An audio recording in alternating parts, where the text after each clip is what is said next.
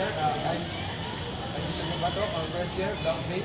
And can I have a short interview for yourself? Okay. Hi ma'am, I'm going to interview Sir Luntayo. Their college life. Here's your first question. Here's your first question, sir. How did you manage to reach the fourth year in college? For me, towards in college, I have to kuan lang musabay ra sa mga activities like musay gamon sa maestro, musabay ra po din sa mga barkada musabay din para ma-catch up ra po sa mga lessons sa maestra. Yes, sir. How do you manage stress and pressure? For me, I can manage stress and failure.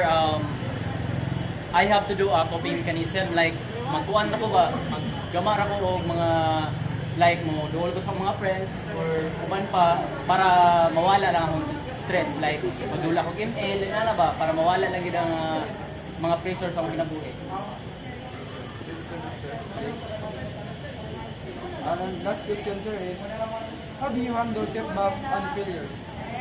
So, para makakuha na ko ang akong mga failures is I have to be strong. Like, akong kaya nung tanang mga setbacks ang kinabuhi para makahuman ko nila.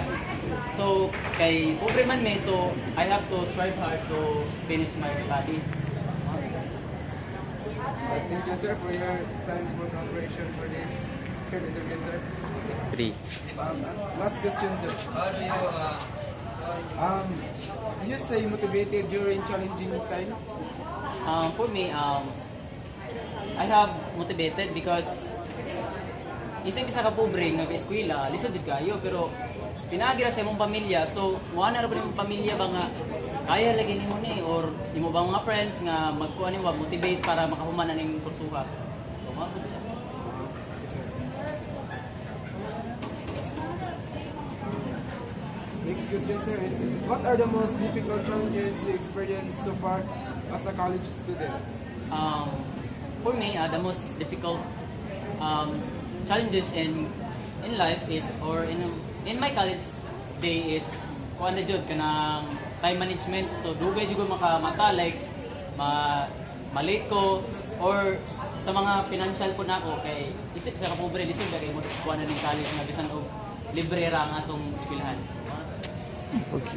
Next question, sir, is can you share a time when you achieved a significant success being a student? My success is karon ug wala ko nang ningkamot nga sa pagka-student is di ko maabot sa pagka-intern. So first year to third year so naningkamot di ba na mong nahimo na akong success nga fourth year na ko. Ano siya? Yes, sir. Thank you, sir, Butaya, for your cooperation for this short interview.